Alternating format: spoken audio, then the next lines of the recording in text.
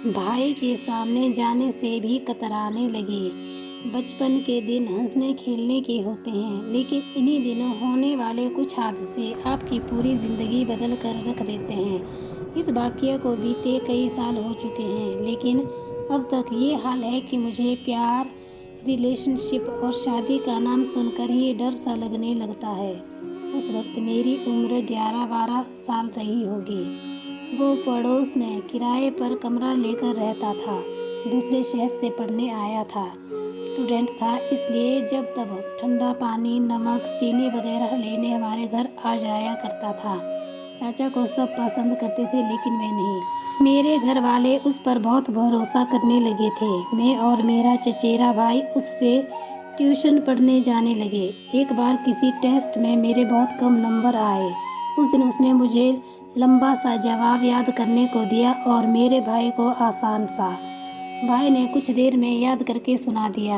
उसने उसे छुट्टी दे दी और ये कहकर घर भिजवा दिया कि जब तक रोशनी को जवाब याद नहीं होगा, इसे छुट्टी नहीं मिलेगी। अब कमरे में सिर्फ मैं और वो थे। थोड़ी देर में मैंने देखा कि वो पैंट खोलकर अपना प्राइवेट पार्ट सहला रहा था। उसने मुझे ज़बरदस्ती इधर उधर छूना शुरू कर दिया। मैं घबरा कर रोने लगी। उसने चुप कराते हुए धमकी दी कि अगर मैंने घर में कुछ बताया तो वो घर पर मेरे कम नंबर के बारे में बता देगा, फिर मुझे खूब मार पड़ेगी। मैं देर तक रोती रही। उसने चुप कराने की बहुत कोशिश की, पर जब देखा कि मेरी हालत बिगड़ रही है तो खुद ही मुझे अपने साथ घर ले गया और घर में बताया कि कम नंबर आने की वजह से उसने मुझे बहुत डांटा है, इसलिए मैंने रो रो के बुरा हाल कर लिया है। मैंने तय किया कि मैं चुप नहीं रहूँगी। मुझे याद है इसके बाद मैं बहुत बीमार पड़ गई थी। वो रोज़ मेरी तबीयत पूछने आता था, या शायद ये खबर लेने की कहीं मैंने घर में कुछ बताया तो नहीं। लेकिन घर का माहौल शांत था, इसलिए मैंने किसी से कुछ नहीं कहा था।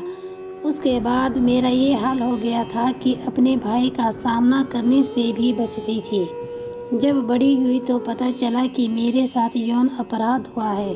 शुक्र है कि कुछ वक्त बाद वो दूसरे शहर चला गया था, लेकिन आज भी जब उस बारे में ख्याल आता है तो मन में घिन और सिरहन सी उठती है।